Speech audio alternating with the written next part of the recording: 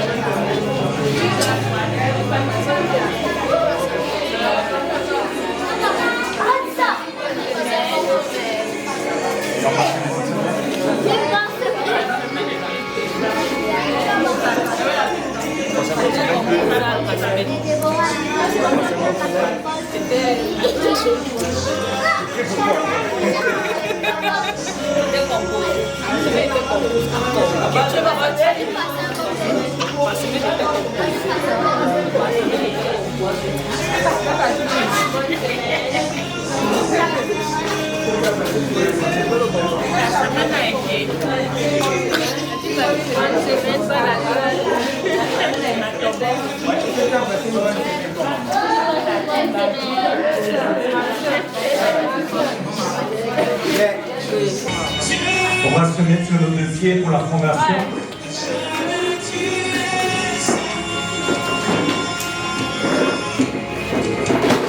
Tous ceux et ceux qui ne sont pas morts ou handicapés se lèvent. Nous allons pardonner, demander pardon, nous sommes en prière. Père éternel, je pardonne de tout mon cœur à toute personne qui m'a fait du mal en pensée, en parole, en acte. Je n'ai plus d'amertume, ni de rancune. Au nom de Jésus-Christ, j'ai pardonné de tout mon cœur à toute personne qui m'a fait du mal. Je pardonne à tous les ennemis de ma famille, tous les ennemis de ma vie, tous les ennemis de mes enfants.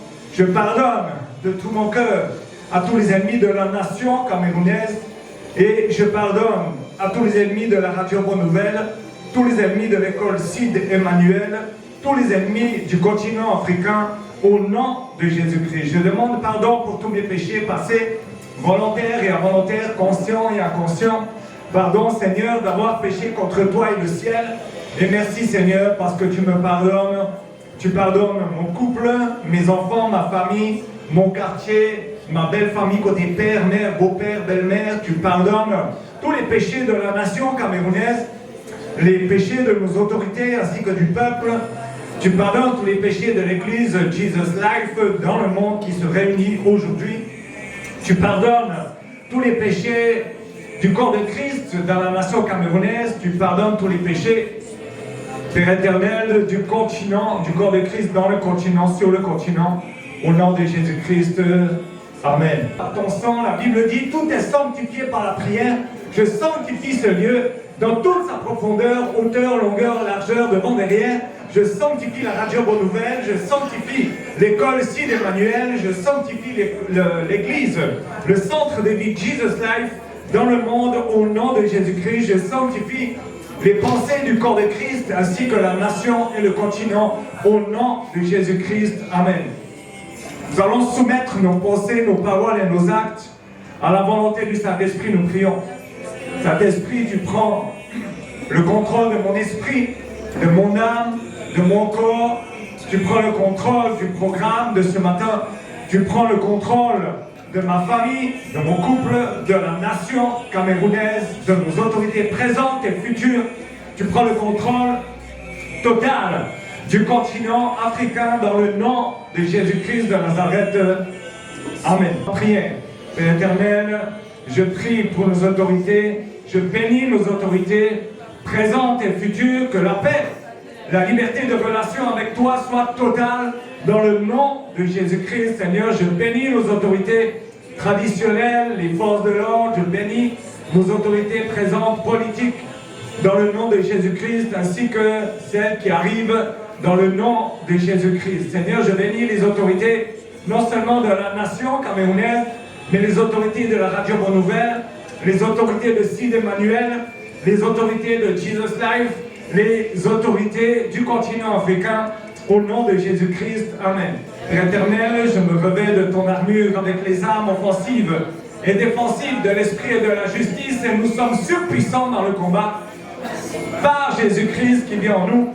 Merci Seigneur, tu revêts de ton armure de lumière le corps de Christ ici dans la nation, ainsi que sur le continent, au nom de Jésus-Christ de Nazareth. Bien-aimés, nous rentrons dans le combat spirituel maintenant. Père éternel, tout blocage, tout ennemi de ma vie, tout ennemi de la nation, de la Radio Bonne Nouvelle, ainsi que de Sid Emmanuel, je marche, je piétine, je marche sur tous les serpents, je marche sur tous les scorpions, je marche sur toute la puissance de Satan, et plus rien ne pourra nous nuire, et il fuira loin de vous. C'est ta promesse, Seigneur, et elle se réalise ce matin, dans le nom de Jésus-Christ. La sorcellerie s'éloigne de moi.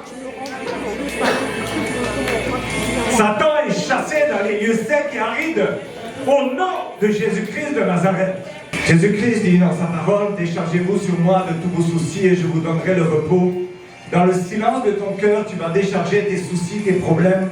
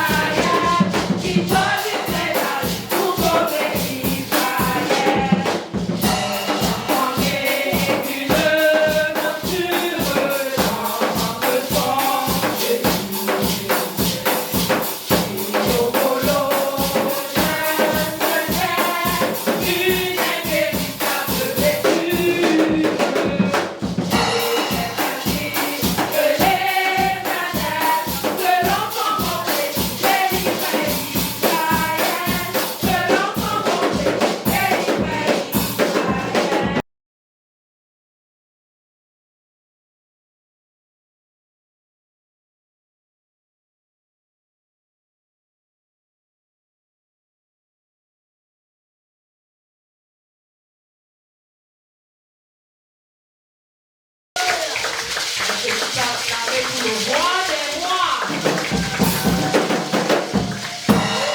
Est-ce que tu peux acclamer pour le grand vainqueur? Alléluia. C'est le moment de comme jamais. Amen. Amen. La louange délivre. Amen. Amen. Alléluia. Si tu es disposé, Dieu va te toucher. Amen. Si tu es disposé, Dieu peut toucher quelqu'un qui est en train de passer. Amen. Alléluia. Est-ce que tu peux encore clamer pour Dieu, s'il te plaît?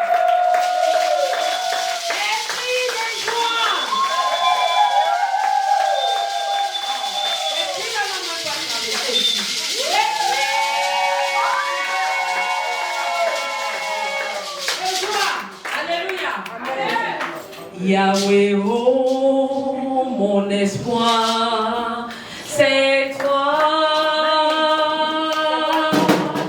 Yahweh, oh, mon espoir, c'est toi. Mon espoir, c'est toi.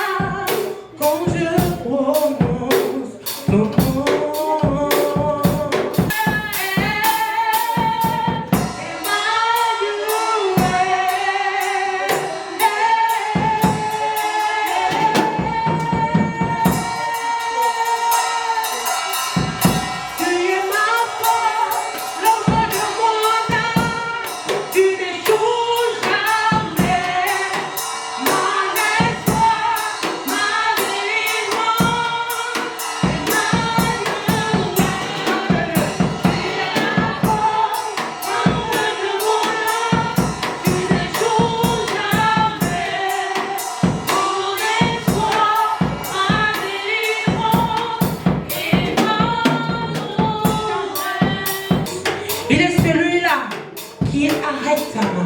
Il est celui-là qui marche avec toi. Il est celui-là qui combat tes ennemis. Il est celui-là qui opère des miracles dans ta vie. Il est celui-là qui agit, qui veille, qui te fortifie. Il est ton espoir de tous les jours. Il est ta force de tous les jours. C'est le Dieu vivant, le Dieu des armées. Yahweh Sabaoth, il agit. Yahweh Shalom, celui qui procure la paix. Emmanuel, celui qui est avec toi. Son nom est Yahvé.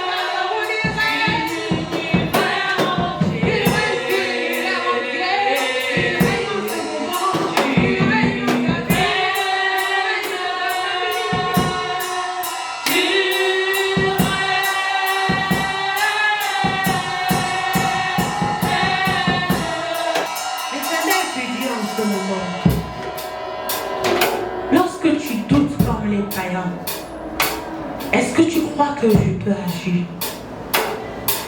Lorsque tu doutes comme une personne qui n'a jamais connu Christ, est-ce que tu penses au plus profond de toi que je peux agir? Lorsque ta foi grandit, j'agirai. Lorsque ta foi sera ferme, j'agirai. Je ne suis pas un Dieu qui agit avec le doute. Je ne suis pas un Dieu qui opère avec le doute. Lorsque le doute s'installe dans ton cœur, il devient profond comme des racines d'arbres. Et ce doute s'enracine au plus profond de ta vie. Ce doute s'enracine au plus profond de ton être, ainsi que dans ton âme. Et je ne pourrai agir à cause de ces racines qui n'ont pas de fondation, qui n'ont pas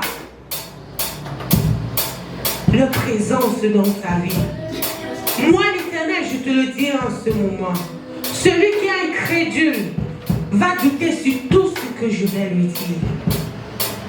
Lorsque ta foi est enracinée, enraciné en Christ, cette foi-là agit. Cette foi-là se manifeste. Cette foi porte des fruits. Cette foi se voit par les autres. Et le fruit de cette foi, c'est l'accomplissement de mes promesses dans ta vie. Le fruit de cette foi, c'est l'accomplissement de tout ce que j'ai dit pour toi. Ma Bible dit, fais de l'Éternel tes délices et il te donnera ce que ton cœur désire. Ça veut dire que tout vient du cœur. Tout vient du cœur. Tout vient de toi. Tout dépend de l'état de ton cœur. Tout dépend de l'état de ta foi. Tout dépend du degré de ta consécration. Tout dépend de l'ampleur de la relation que tu as avec moi. Lorsque je suis le centre d'attraction de toutes choses dans ta vie, j'agis. Lorsque je suis le centre de ton cœur, j'opère. Lorsque je suis le centre de ta vie, l'espoir, j'agis. Et moi, l'Éternel, je ne pourrais dire non. Moi, l'Éternel, je ne pourrais m'opposer à cela. Moi, l'Éternel, je ne pourrais refuser cela. L'Éternel s'adresse à plusieurs personnes, même hors de cette salle. Il y a les oreilles qui entendent. L'Éternel s'adresse à vous et vous dire en cette matinée, ne soyez pas ébranlés par tout ce qui se passe. Car moi, l'Éternel, j'agis à mon temps. J'opère quand je veux. Ce ne sont pas vos prières qui vont me pousser à agir pour le Cameroun. Ce n'est pas la dernière minute que tu dois te défendre. Mais cela se prépare dès le commencement. Oui, il y aura la guerre. N'ayez pas peur, il y aura la guerre. Et moi, l'Éternel, je vous le dis, si l'Église ne reste pas unie, vous verrez, vous pleurerez, vous allez voir la destruction. Tant que le corps de Christ n'est pas uni, vous allez voir ce qui va se passer. En ce moment, je vous le dis, ce ne sont pas vos prières qui vont changer ma volonté dans ce pays. Mais c'est ma volonté qui va agir. En toutes choses, rendez grâce à Dieu. En toutes choses, rendez grâce. Que ce soit pour le bon ou le mauvais, rendez grâce. C'est un changement qui arrive. Êtes-vous prêt à accepter ce changement? Êtes-vous prêt à subir ce changement? Vous avez peur de la guerre, mais je dis dans ma parole, je ne suis pas seulement Dieu de paix, mais je suis venu apporter l'épée. L'épée qui divise. L'épée qui sépare le mauvais du bon. L'épée qui sépare le mal du bien. L'épée qui sépare la sorcellerie de ma présence. Êtes-vous prêt à affronter ce changement? Moi, l'Éternel, je te le dis, tiens ferme. Prends garde. Prends garde. Reste à ta place.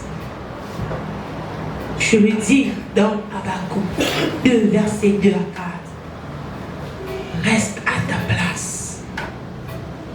Ne sois pas surpris. Ne sois pas embrouillé. Mais reste à ta place. En tant qu'enfant de Dieu, reste à ta place. Demande-moi quelle est ta position et je te le dirai. S'il faille que tu pries, s'il faille que tu jeûnes, ou soit si tu dois rester tranquille et observer. Ainsi a parlé l'Éternel, mes amis. Devant ton trône, je me prosterne. Mon âme soupire après toi, Seigneur.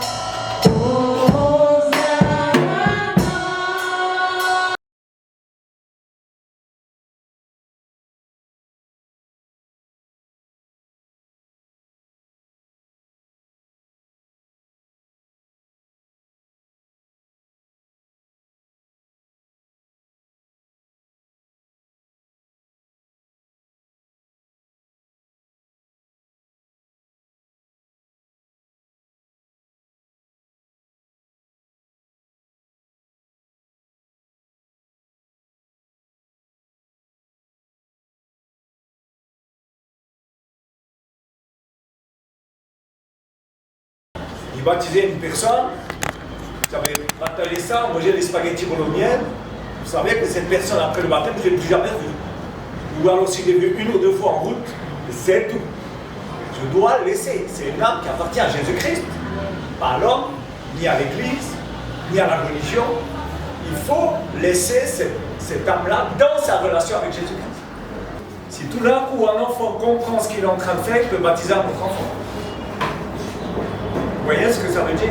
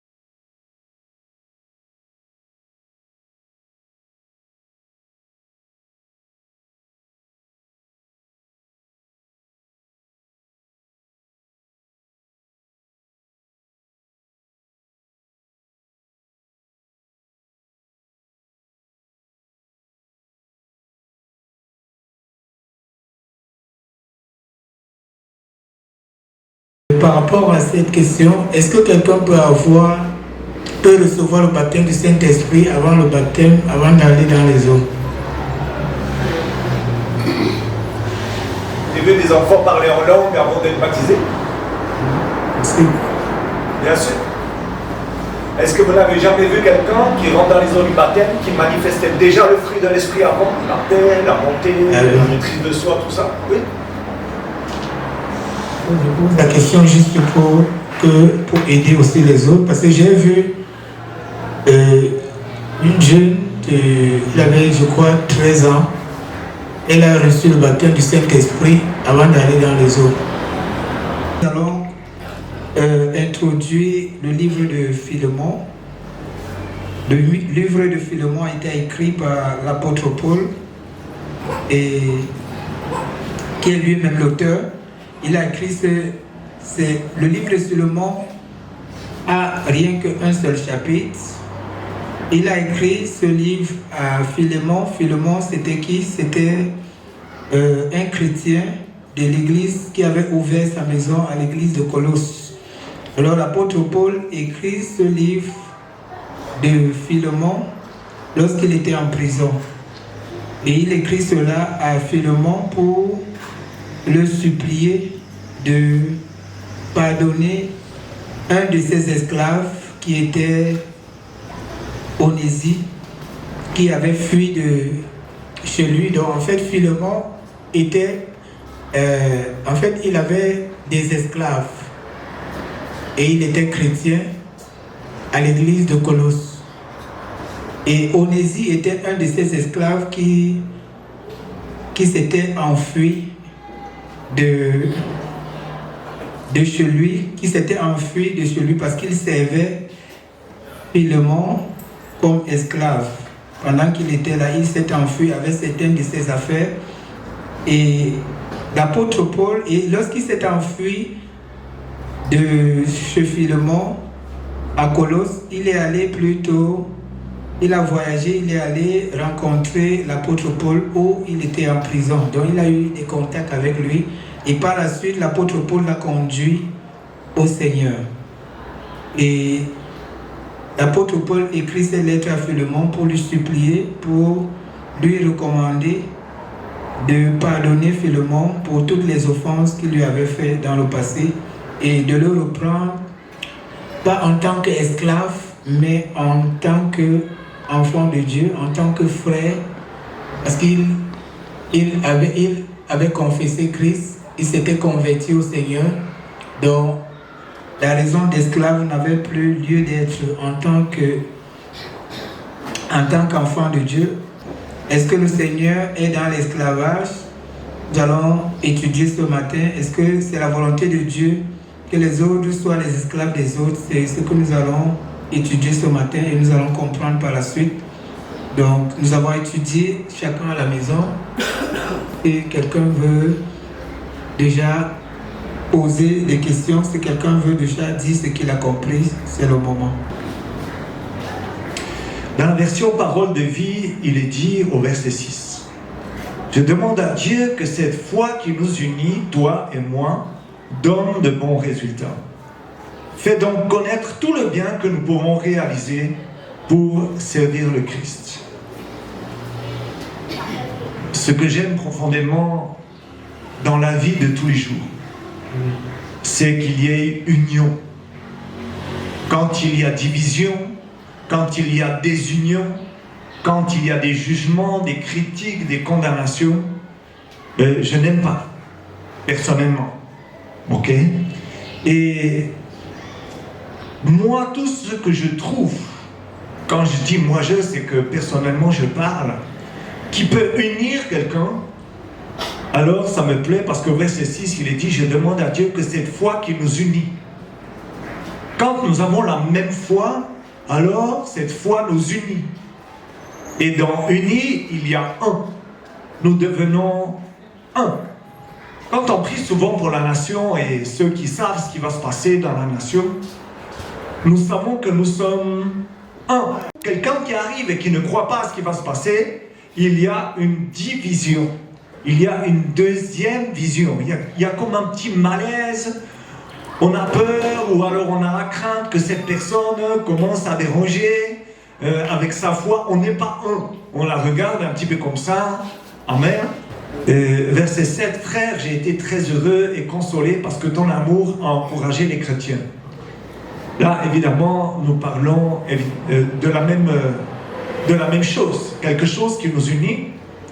La consolation, le bonheur, et ça vient d'où? C'est de l'amour qui est donné par les ministères. Et donc les ministères, ici, moi en premier bien sûr, nous avons la mission de déjà manifester de l'amour envers les autres. Vous voyez, je pense que lorsque le peuple de Dieu voit les ministères heureux ensemble s'amuser, alléluia, il y a une sérénité. Je vous dis, un jour, j'ai témoigné déjà depuis que j'ai été berger réellement de moutons en Suisse. Je n'ai jamais trouvé des bêtes aussi bêtes que les moutons. Parce que ces bêtes-là, pendant que je dormais, mangeaient mes cheveux. mangeait tout ce qui pouvait rentrer dans le bouche, ça mangeait. J'avais des livres avec moi, ça mangeait les livres. Donc, mais en même temps, chacune répondait à son nom. Chacune répondait lorsque le berger commençait à marcher, les brebis commençaient à suivre. Amen. Amen. Donc, lorsque vous voyez les ministères qui sont dans la joie, qui manifestent le fruit de l'esprit, vous allez voir le peuple qui va manifester le fruit de l'esprit la semaine. Il y a cette dimension que Paul vivait. Il était insulté, il était haï de tous, et pourtant, il continue. Beaucoup de pasteurs aujourd'hui ne se lèvent plus pour Dieu. Pourquoi? Parce que c'est dur, parce que Dieu ne bénit pas, parce qu'il ne mange pas sa faim chaque jour, parce que sa femme est contre le ministère, alors il a préféré plaire à sa femme qu'à Dieu, ou bien alors vice-versa. La femme a le ministère, mais la femme, comme elle doit se soumettre au mari, elle va rester assise, etc., etc. On trouve énormément de situations comme ça aujourd'hui. C'est la raison pour laquelle un jour, Dieu a dit, il y a beaucoup d'appelés, mais très peu d'élus. Dieu a appelé beaucoup de serviteurs, mais il y en a très peu qui sont véritablement élus aujourd'hui. 12. Je le renvoie chez toi, lui qui est une partie de moi. J'aurais bien voulu le garder auprès de moi, il aurait rendu service à ta place. Dans la prison où je suis, à cause de la bonne nouvelle. Mais je n'ai pas voulu faire quelque chose sans ton accord. Je ne veux pas l'obliger à cette bonne action. Je préfère que tu le fasses. Amen. Amen. Ici, on voit que Paul avait le ministère de réconciliation. Alléluia. Amen. Et ce ministère que Dieu nous a enseigné, la réconciliation. Et ici, il voulait qu'il y ait la paix entre Philémon et Onésime. Et il ne voulait pas prendre une décision sans toutefois avoir l'accord de Philémon. Donc ici, là, on voit l'union, ils travaillaient en équipe. Amen. Amen. Ça veut dire qu'il voulait que Philémon fasse ça de son propre gré. Donc il ne voulait pas l'obliger à faire quelque chose qu'il ne voulait pas. C'était un peu comme une supplication, quoi. De dire à son frère que reprends ton frère parce qu'il est déjà devenu enfant de Dieu. Et quand on est enfant de Dieu, on est un devant Dieu. Il n'y a personne qui est plus aimé que l'autre devant l'Éternel. Donc, ici, là, l'apôtre Paul voulait nous enseigner que nous voyons souvent dans les églises, quelqu'un va te dire carrément qu'il est bishop. Toi, tu ne vaux rien devant Dieu. C'est lui qui vaut tout devant Dieu. Lui, il est le suprême. Il est même plus suprême que Dieu. Il se croit, tu n'as maudit, tu n'as rien à dire. Même si le Saint-Esprit te dit quelque chose de venu lui dire, il va te dire que tu ne connais rien. Parce que Onésime était son esclave. Comme il est devenu enfant de Dieu, ils sont devenus un. Et c'est son frère. Il devait prendre Onésime maintenant comme lui-même. Et c'est là où Paul voulait arriver. Par rapport à la réconciliation, Dieu nous demande de nous réconcilier avec nos frères et sœurs. Avant de poser ta dîme ou ton offrande, va d'abord regarder si tu n'as pas de problème avec Dieu avant de le faire. Amen. Oui. C'est un peu pour moi une surprise parce que je ne pensais pas qu'on puisse faire ce qui est marqué au verset 19. Je parle dans la deuxième partie précisément. Verset 19, il est écrit dans la version parole vivante. J'écris ce qui suit de ma propre main pour servir de reconnaissance de dette. Moi, Paul, je m'engage à rembourser ces dettes. Donc là, il est en train de s'engager à rembourser les dettes de quelqu'un. Amen. Ce qui m'intéresse, c'est là. Je ne veux pas te rappeler ici que tu es toi-même mon débiteur et que tu me dois tout ce que tu es. Pas le droit, je ne pensais pas que l'apôtre avait le droit de dire ça à quelqu'un. je ne sais pas dans quelle situation Paul pense ça ou écrit ça, ou alors il s'exprime comme ça. Mais puisque c'est dans la parole de Dieu, il y a ce droit de le faire. Moi, ça m'avait un petit peu choqué d'entendre des pères, des mentors dire à leur fils c'est moi qui t'a fait. J'étais même choqué. Jésus-Christ est où alors si c'est toi qui l'as fait? Mais là, tout d'un coup, moi je vois Paul qui dit la même chose. Enfin, à peu près quoi. Peut-être que ce n'est pas la même pensée de base, mais les mêmes mots sont un peu. En tant que serviteur, on était des instruments inutiles. Et ce que la personne doit n'est jamais à un homme, mais à Jésus-Christ. Et là, moi j'apprends le contraire. Que tout d'un coup, évidemment, effectivement, l'homme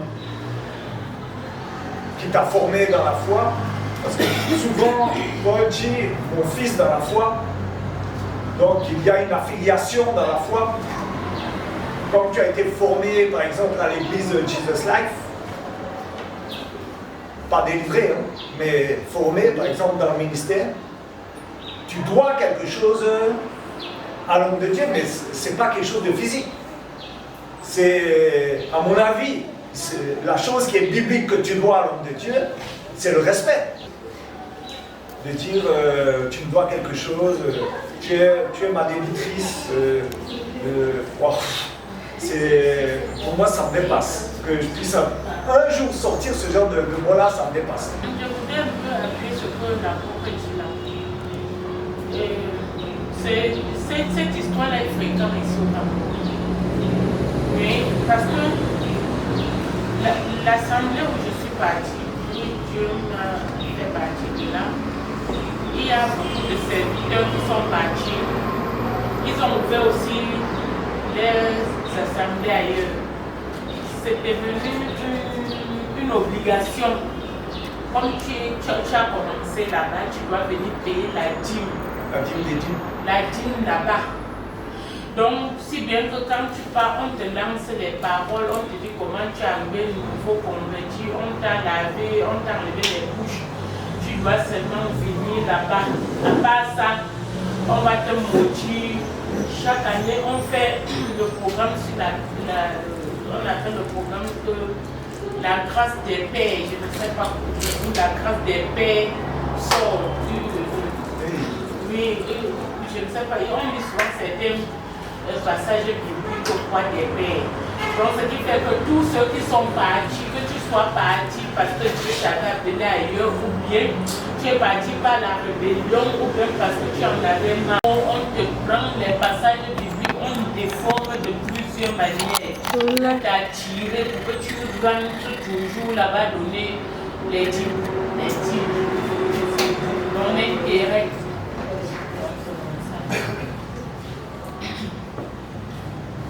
Donc moi je dis que là, jusqu'à présent, on envoie tous les serviteurs venir me convaincre de rentrer. Moi je leur ai dit que quand je venais là-bas, ce n'est pas eux qui sont venus me prendre pour m'amener. C'est Dieu qui m'avait amené et c'est Dieu-là qui m'a fait partie de là. Je rends grâce à Dieu pour ce sabbat du 18 octobre. Moi, j'ai été victime de cela. Mais le Seigneur m'a donné la sagesse, comment répondre à ce genre de personnes. Je parle d'abord de cette église parce que ce que Dieu m'avait montré là-bas était horrible. Et je suis sortie et suis partie. Je reste à la maison. Ça m'a fait même un temps, j'ai douté de ne même plus aller dans les églises. Mais je suis resté dit que, est-ce qu'elle partait à l'église pour l'homme de Dieu? Je pars pour Dieu. C'est là où je commence encore dans une autre église. Chaque fois, elle reste à la maison. Il y a une sœur là, jusqu'aujourd'hui, où on avait seulement bouffé, je ne sais pas ce qu'on avait pris dans la tête de la femme. Elle bavarde, elle fait comme si, elle vient chaque fois, quand elle sort du culte. Oh, maman Marguerite, l'homme de Dieu a dit que il faut que tu viennes pour qu'il te bénisse avant que tu parles. L'homme de Dieu a dit que j'ai dit que pardon, porte tes pieds, tu parles. Quand Joël est arrivé, je l'ai mise à terre, je demande qu'elle repart. Quand il va te dire ça, tu demandes à cet homme de Dieu si le jour que je suis entrée, il m'avait appelé. Je suis sortie comme je suis venue. Elle est partie dire, il dit non, il a dit qu'il faut qu'il prie pour toi, il te bénit. J'ai dit qu'il bénit son propre corps à lui-même. Et un jour, je suis au marché, je vois un autre, il me dit, oh, maman Marguerite, bonjour ma soeur, sois bénie. J'ai dit oui, sois aussi bénie. Ah, ton siège est vide à l'église, hein? Ton siège est vide à l'église. J'ai demandé que je vous demande que vous voulez quoi? En venant à l'église, j'ai payé un siège que je suis arrivé avec. J'ai trouvé et j'ai laissé comme j'ai trouvé, je suis parti.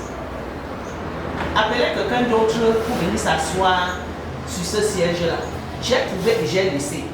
Personne ne m'a appelé et je suis sorti comme je suis arrivé. Si Dieu m'a amené là-bas, c'était pour me montrer quelque chose. Il m'a fait sortir de là. Donc allez dire à soit votre homme de Dieu là, je ne suis plus avec lui, qui me laisse tranquille. Je ne suis pas venu à l'église pour l'homme de Dieu, je suis venu pour chercher Dieu. Et Dieu m'a sorti de là. Donc depuis ce temps-là, qui sont allés me donner le message, cela s'est arrêté là. Donc je rends grâce à Dieu. À partir du verset 8, la Bible nous dit, c'est pourquoi, bien que j'ai en Christ toute liberté de te prescrire ce qui est convenable, c'est de préférence au nom de la charité que je t'adresse une prière, étant et que je suis Paul, vieillard et de plus maintenant prisonnier de Jésus-Christ. Je te prie pour mon enfant que j'ai engendré étant dans les chaînes, Onésime, qui autrefois t'a été inutile, mais qui maintenant est utile et de toi, à toi et à moi. Amen. Donc nous voyons ici l'apôtre Paul, l'attitude qu'il avait. Rappelons quand même que dans la loi romaine, il était dit que lorsque tu fuyais, en fait quand tu étais fugitif, tu étais coupable de mort. Donc, lorsque Onésime a fui chez son maître, Philémon, il était coupable de mort. Mais nous voyons ici l'apôtre Paul qui s'exprime en parlant de l'amour, de la tendresse. Donc lorsque Onésime était devenu enfant de Dieu, lorsque l'apôtre Paul écrit cette lettre, il écrit en parlant de l'amour. Donc ici l'apôtre Paul nous enseigne à pratiquer la tendresse et l'amour envers les frères. Donc nous ne devons pas nous rappeler à cette personne son passé. Nous voyons ici l'apôtre Paul qui n'a pas pris le parti ni de Onésime ni de Philémon. Il n'a pas cherché à entrer dans les détails de ce qui s'était passé pour que Onésime puisse fuir de son maître. Mais il a réglé ça. Pourquoi? Parce que Dieu n'est pas dans l'esclavage. Donc, ici il a réglé ça parce qu'il voulait l'union entre les deux pour que ça puisse profiter aux deux parties. Que ce soit à Philémon, que ce soit à Onésime. Donc nous voyons ici qu'il n'a pas pris le parti de quelqu'un, mais il les a réconciliés comme le ministère de réconciliation que le Seigneur a donné à chacun de nous. Dans une situation, nous ne devons pas prendre le parti de l'autre, mais nous devons plutôt réconcilier les deux parties. Donc c'est ce que le Seigneur... en fait, c'est ce qui m'a encore beaucoup marqué ici, parce que l'apôtre Paul est allé vers son fils Philémon avec respect. Compris ici l'importance de l'amour que nous devons avoir lorsque nous sommes dans le corps de Christ. Parce que il n'y avait pas cet amour et de l'humilité aussi. La Bible dit ici que c'est Paul qui a enseigné Philémon, en fait que Philémon devait se croire à Paul. Et ce qui veut dire que Paul était supérieur à lui en ce qui concernait Paul était son autorité.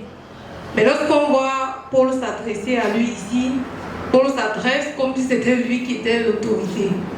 Donc avec l'humilité, il n'a pas utilisé l'arrogance, il n'a pas utilisé son titre, il n'a pas utilisé son autorité, mais il a utilisé l'humilité.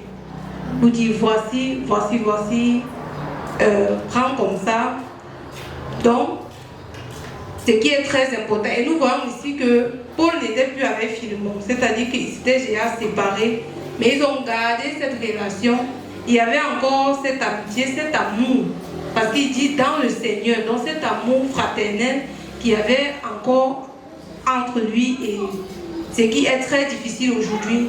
Aujourd'hui, lorsque, par exemple, Dieu met quelqu'un devant nous, Dieu nous soumet quelqu'un peut-être sous notre autorité et que la personne passe, c'est très difficile que cet amour reste encore, cette fraternité reste, c'est très difficile. C'est comme si quand ils se rencontrent en route, ils deviennent des opposants. Il est comme s'ils discutaient quelque chose qu'on ne comprend pas, qu'on ne connaît pas. Bénissons encore une fois de plus le Seigneur pour l'étude de la parole de Dieu dans le livre de Philémon. Nous le rendons infiniment grâce en rappelant, le Seigneur nous a appris que nous devons être unis.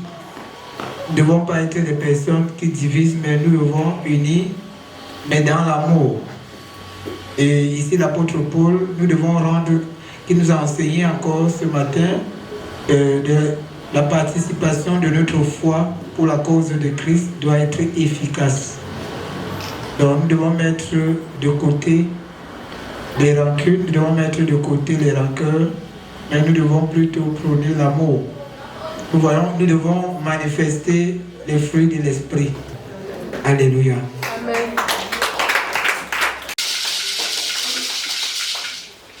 Les enfants ont quelque chose à dire ce matin? Non?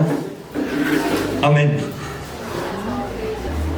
Demande à ton voisin, est-ce que tu es réveillé pour ce moment important?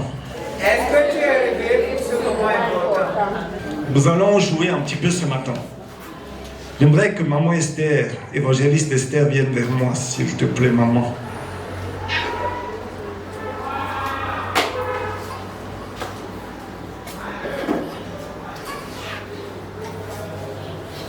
Tu te mets devant, face au peuple. Amen. J'aimerais que, du plus grand au plus petit, les enfants viennent un après l'autre faire câlin à maman. Accolade. Voilà. Suivant.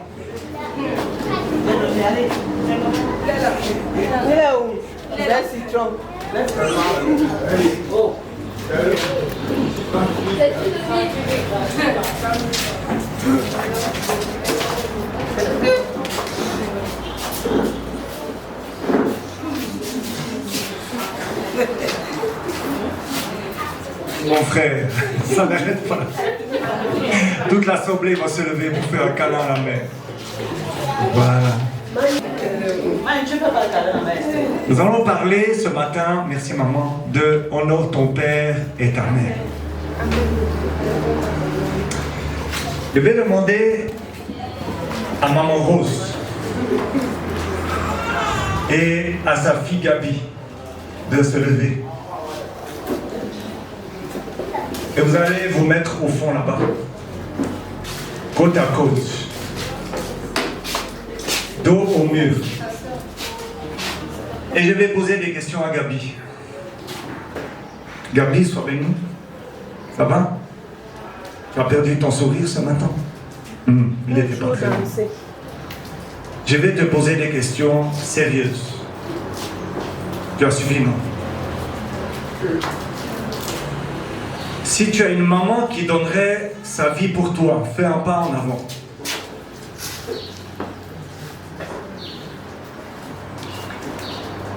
Si tu as un lit et une couverture depuis que tu es petite, fais un pas en avant. Seulement si, hein. Si tu as un papa et une maman qui ont toujours été présents pendant que tu étais malade, fais un pas en avant.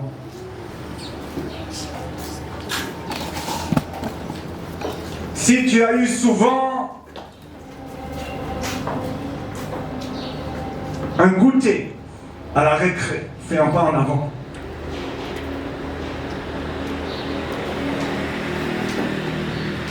Si maman te donne souvent ce que tu demandes, fais un pas en avant.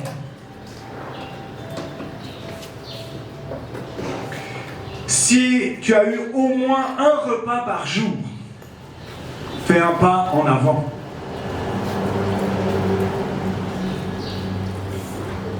Si tes habits sont propres depuis que tu es petite, fais un pas en avant.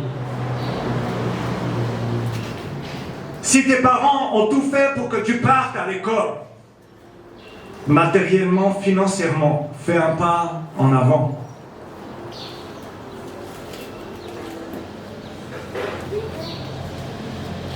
Fais un pas en avant si tu as déjà prié au milieu de la nuit pour les plus petits de ta famille. Ben moi, tu es concerné aussi par ces questionnements. Fais un pas en avant si tu as déjà travaillé pour que tes enfants ne manquent de rien. C'est pas interdit que tu puisses regarder ta mère pour savoir à quel niveau elle est. Et écoute bien ce qui est en train de se passer. Fais un pas en avant si tu as déjà fait des nuits blanches à cause de la santé de tes enfants. Fais un pas en avant si tu as porté cet enfant pendant 9 mois. Qui c'est qui est à ta gauche?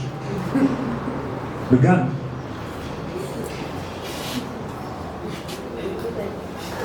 Fais un pas en avant si ton corps a changé à cause de la grossesse de l'enfant.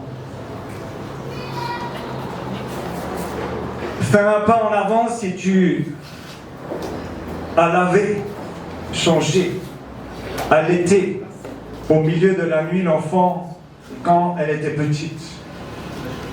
Regarde toujours ta mère, toi. Fais un pas en avant si pendant que l'enfant dormait, tu nettoyais, préparais la maison pour que l'enfant soit bien pendant la journée.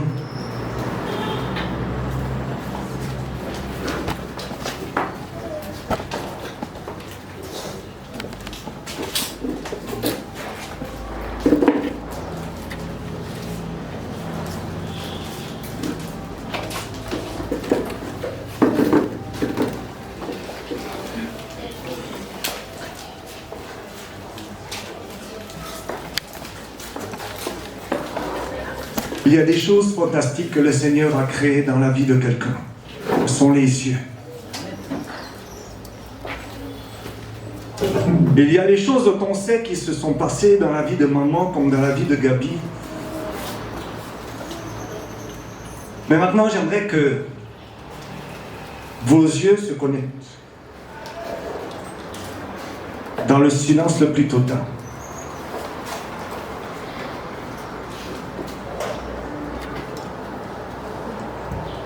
Laissez parler vos yeux.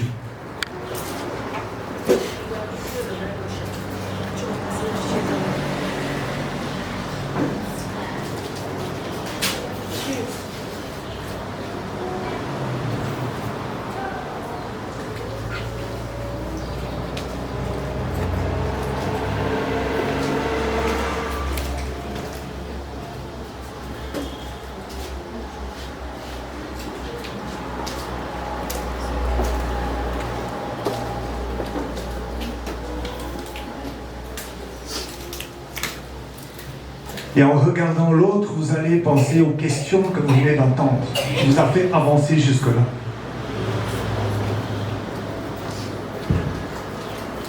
Gabi, tu vas penser à tout ce que ta mère a fait. Et tu vas laisser de côté tout ce qu'elle n'a pas fait.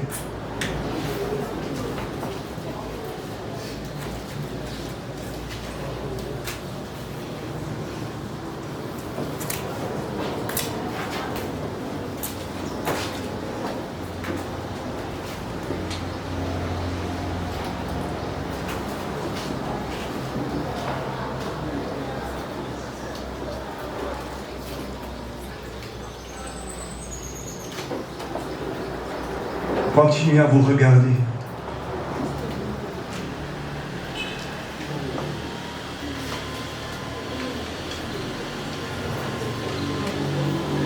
Et à partir de maintenant, si vous voulez faire autre chose que de vous regarder, vous pouvez le faire.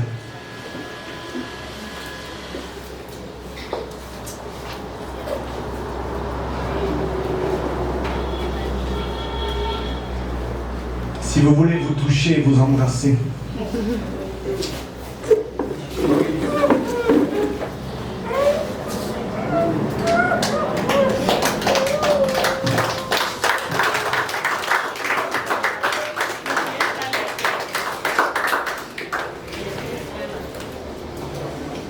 Gabi, regarde-moi. Restez comme ça, les bras dans les bras. Et regarde-moi.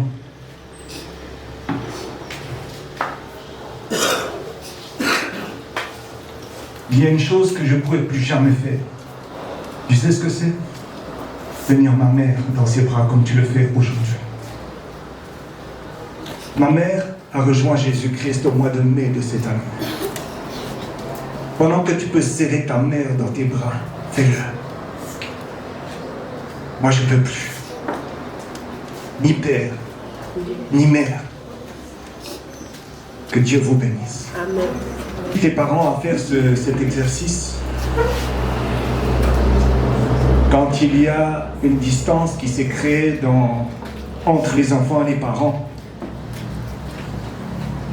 de revenir à la réalité. Les enfants, dans leur monde, oublient très souvent ce que les parents font. Quand je dis à maman, fais un pas, si, c'est aussi pour papa. Amen. Tu as compris que c'était aussi pour toi, papa. Mais le Seigneur voulait créer un lien spécial entre la mère et sa fille ce matin. Bien-aimés, nous avons parlé du 5e commandement. Honore ton père et ta mère. Maman a été honorée par les pleurs de sa fille ce matin. Honore ton père et ta mère. Exode 20, verset 12. Afin que tes jours se prolongent dans le pays que l'Éternel, ton Dieu, te donne. Bien-aimé, écoute bien. Dans le monde, il y a des passages difficiles. On traverse des temps troublés. Et les jeunes d'aujourd'hui, jeunesse, c'est à toi que je parle ce matin et je vais encore te parler à 16h cet après-midi. Les moments troublés que nous vivons dans la nation fait que les jeunes ne pensent plus qu'à eux. Ils ne pensent plus à leurs frères ni à leurs sœurs. Ils ne pensent plus au père et à la mère. Ils veulent juste manger, juste dormir, juste avoir un toit s'il pleut. Et c'est tout. Prenons, qu'est-ce que tu aimes? Le héros. Tu dis quoi? Le héros. Héros pistache. Ok, héros pistache, combien de temps? Je suis sûr que c'est plus que 2 heures. C'est combien, maman, le héros pistache? Maman première ancienne. 4 heures. Disons qu'on prépare pour 2 jours, 7 jours, 4 heures. 4 heures. En combien de temps tu manges ton assiette? Ok, on dit une quantité moyenne. 2 boules. Moyenne, pardon, on a dit moyen. C'est pas moi, 20 minutes? 15 minutes? 30 minutes. Maman a préparé pendant 4 heures un repas que tu manges pendant 30 minutes. Et tu vas sortir de table en disant, j'ai bien mangé.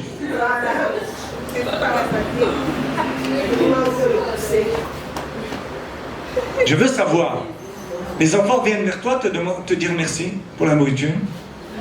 Papa, ils viennent vers toi te dire merci pour la nourriture. Les enfants viennent vers toi dire merci pour la nourriture.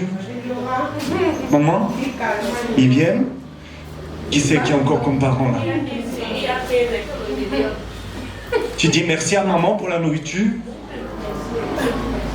Elle dit merci pour la nourriture. Nissi dit merci pour la nourriture. Et Junior dit merci à maman pour la nourriture. Amen.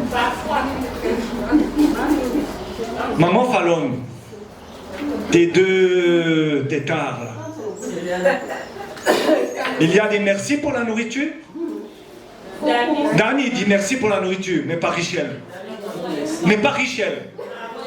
Quand c'est leur bruit, S'il y avait un petit mur où elle pouvait se cacher, elle se cachait là. Amen. Honore ton père et ta mère. Vous savez, aujourd'hui la jeunesse est impatiente. La jeunesse veut vivre dans son monde et lorsqu'un parent vient mettre sa bouche dans son monde, il y a par la maman.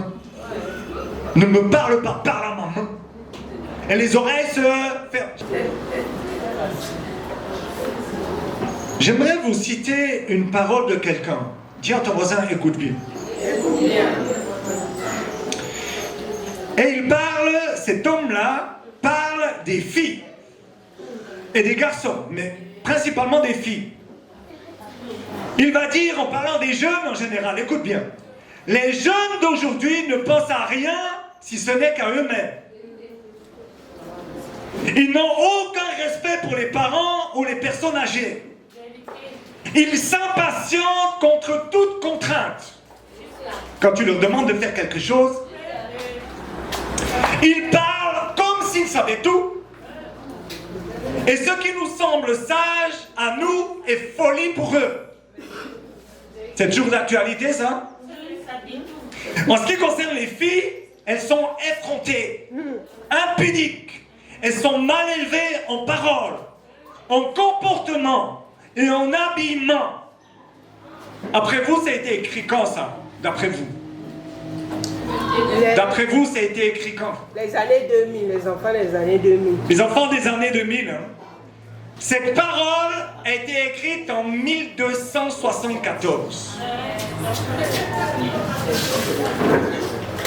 Maman m'a dit déjà. Regarde ton voisin. En 1274, c'est-à-dire il y a plus de 700 ans que ça a été écrit. Les jeunes, il y a 700 ans, étaient les mêmes, avec le même comportement aujourd'hui. Et lis au nom de Jésus-Christ, Exode 21, verset 17. Celui qui maudira son père ou sa mère sera puni de mort. Amen.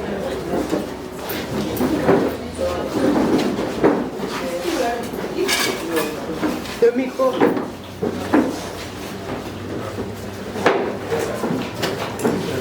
Je ne crois pas qu'on peut être plus clair. Maudire, c'est quoi alors? Rentrons dans le sujet, vraiment dans la précision. Maudire, c'est mal dire. Je dis quelque chose de mal sur mon père et ma mère, je suis condamné à mort. Je ne vais pas faire lever les mains ce matin parce que c'est moi-même je peux lever la main. Qui a maudit déjà son père et sa mère? Un enfant qui est indiscipliné aujourd'hui, lorsqu'il sera adulte, n'acceptera jamais d'être discipliné avec Jésus-Christ. Jamais. La formation, l'obéissance à Dieu commence en étant petit. Un geôlier a dit, je vais vous parler de la nature humaine. Un enfant, si je dois résumer, un geôlier, ça veut dire c'est quelqu'un qui est un policier, qui est dans une prison, et ça fait 25 ans qu'il y travaille, et il connaît un peu la nature humaine, en ayant vu les bandits, les violeurs, les voleurs, etc. Et il les a vus là, les terroristes. Et il a essayé, avec tout ce qu'il a vu et entendu, de faire une compilation, c'est-à-dire un résumé. Voilà maintenant comment je perçois la nature humaine. Tu ne pourras jamais percevoir la nature humaine comme lui l'a perçue, comme lui l'a vu. Il a vu le côté noir de l'homme. Et alors il va raconter une histoire. Écoute bien, dis à ton voisin, écoute bien l'histoire. C'est comme une parabole. Il y a un enfant qui est dans les bras de son père. Dis avec moi, il y a un enfant dans les bras de son père. Il y a un enfant dans les bras de son père. Et le père est en train de discuter avec sa femme. Et l'enfant est en train de détacher la montre de son père pour jouer avec. Le père dit non. L'enfant continue à défaire la montre. Papa est très ennuyé parce que pendant qu'il parle à maman, il est concentré sur maman. Voilà que l'enfant dérange et il sent que sa montre commence à sortir de sa main. Non, c'est non! Et l'enfant continue son travail pendant que papa parle. Écoutez bien la nature humaine. l'antithèse de ça. Je parle de ma nature aussi, qui était comme ça avant que je connaisse Jésus-Christ. Et voilà qu'au bout d'un moment, l'enfant a enlevé la montre du bras de son père. La désobéissance nous emmène dans un péché pas possible, difficile de revenir en arrière. Demander à l'enfant de remettre la montre au bras de son père est impossible. Il ne saura pas comment faire. Il saura l'enlever, mais la remettre, il ne saura pas. Un enfant saura, et viens dans ma maison, tu vas voir les murs, faire des dessins partout sur tous les murs. Quand tu lui demandes d'effacer ça, il va te regarder comme ça. Comment on fait ça? Bien aimé, c'est quoi la nature humaine? Le geôlier va dire, si maintenant, cet enfant, je lui mets un âge de 18 ans, alors il va couper le bras de son père, voler la montre et marcher sur son corps en sortant de la chambre. Ça, c'est la nature humaine. Sans Dieu. Quand on parle d'honorer son père et sa mère, ce n'est pas facile. Et respecter son père et sa mère, il y a le Saint-Esprit qui est là normalement dans l'enfant qui dit que non, ne dis pas ça. Ne pense pas ça. Et ne dis surtout pas ça. Il y a l'autorité en face de toi. Alléluia. La même chose, imaginez une seconde. Jésus-Christ a dit quoi? Si tu me hais, je vais te haïr. Si tu te rebelles envers moi, moi, je vais t'oublier. C'est tout d'un coup. Tu dis à ta mère, je vais chercher l'eau, mais je reviens dans 4 heures. Pour faire ton chef là. La mère va te dire, ok, reviens dans 4 heures. Mais quand tu auras faim, je vais te dire, reviens dans 4 heures. Si tout d'un coup, une femme commence dans un foyer à dire, fais ci, fais ça, fais ci, fais ça, fais ci, fais ça, même en disant, s'il te plaît, pardon, quoi que ce soit, et que l'homme dit non, et qu'il y a un problème à cause de ça, alors il y a quelque chose qui ne plaît pas à Dieu là-dedans. Et les enfants vont commencer à se rebeller envers le père et envers la mère parce qu'ils voient que la mère a dit non. Parce qu'ils voient que le père est écrasé. L'autorité dans la maison doit toujours être sur le père et c'est indiscuté, indiscutable. Un jour, il y a une maman qui vient à la prière qui dit que moi je ne peux plus rien faire avec ma fille. Elle a 14 ou 15 ans, elle est déjà avec les hommes. Dehors. Elle ne mettra plus les pieds chez moi.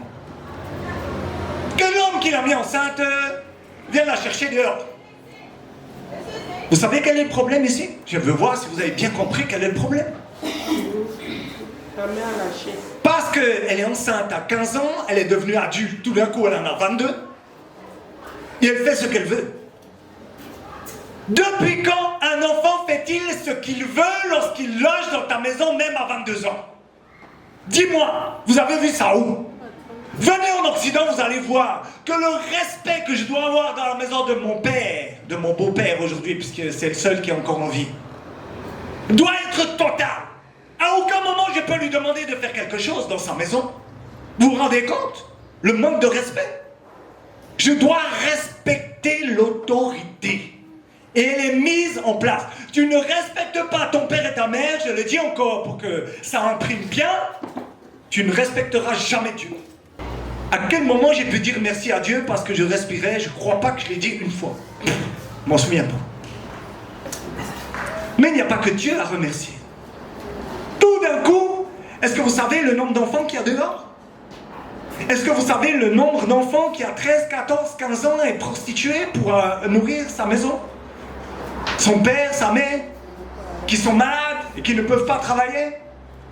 Et vous savez le nombre d'enfants qui vont travailler dans les chantiers, qui ont largement en dessous de 18 ans, pour qu'un petit peu d'argent ou un petit peu de riz arrive dans l'assiette du père et de la mère. Mais toi qui as ton père et ta mère aujourd'hui, toi qui voles dans ta vie, sans trop manquer de rien du tout, un jour, il faudrait quand même que tu réalises qu'il y a des parents qui méritent ton merci. Attention, il faut être honnête devant Dieu au sujet de notre position, au sujet même de ce qui s'est passé. Bien aimé, le deuxième principe de l'enfant, c'est que j'aimerais savoir, les parents, combien de fois vos enfants sont arrivés vers vous, vous demandez pardon? Je veux savoir. Les enfants ont fait un problème. Ils sont venus devant vous demander pardon combien de fois? Ou bien alors, vous les enfants, vous avez pardonné les erreurs de vos parents combien de fois? Un jour, le Seigneur m'a dit, quand tu ouvres le robinet, tu crois que ça vient d'où? En étant en Suisse, l'eau coûte cher. Mais là aussi, ça coûte. Il faut payer le courant pour le forage. Personne ne se pose la question dans ma maison, à part moi, ma femme et ma belle-maman, parmi les enfants, d'où vient l'eau? Comment je vois qu'un enfant honore son père et sa mère? C'est quand je vois un enfant qui écoute les conseils de sa mère. Un enfant qui écoute les conseils de son père. Une femme qui écoute les conseils de son mari. Et pas qui dit par la maman. Là, c'est une preuve de respect.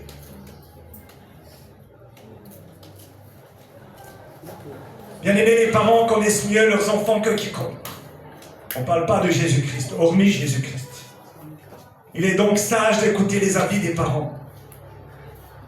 L'enfant n'est pas obligé de les accepter, mais il devra au moins les écouter, par respect. Il y a une situation où les parents sont devenus âgés. Bien aimé, l'honneur, là, doit se traduire par le soutien envers les parents. Quand vous avez une mère qui est malade, même à ton âge, là, même si ta mère est malade, tu dois prendre soin d'elle. Même si ton père, ou même les deux tout d'un coup sont malades. Est-ce que c'est déjà arrivé dans votre maison? Vous deux là, vous êtes au lit. C'est jamais arrivé, mais ça pourrait arriver. Qui va prendre soin des enfants? L'aîné doit se lever pour prendre soin de ses cadets. Alléluia. Il doit y avoir quelqu'un qui se lève. Bien aimé, le respect envers les parents ne doit pas être légaliste, mais il doit être affectueux, affectif. C'est par affection que tu vas obéir à ton père et à ta mère. C'est par affection un jour pour Dieu que tu vas lui obéir. Sinon, tu vas facilement désobéir. Matthieu 15, verset 5. Matthieu 15, verset 5 dit quoi? Mais vous dites, celui qui dira à son père ou à sa mère, ce dont j'aurais pu t'assister est une offrande à Dieu. En fait, c'était une excuse à l'époque pour ne pas s'occuper de ses parents. Ça existe encore aujourd'hui, où des enfants vont chercher des excuses pour ne pas s'occuper de leur mère et de leur père. J'ai entendu des enfants déjà dire, ouais, mais mes parents sont assez grands. C'est eux qui ont l'argent. Deutéronome 6, verset 6.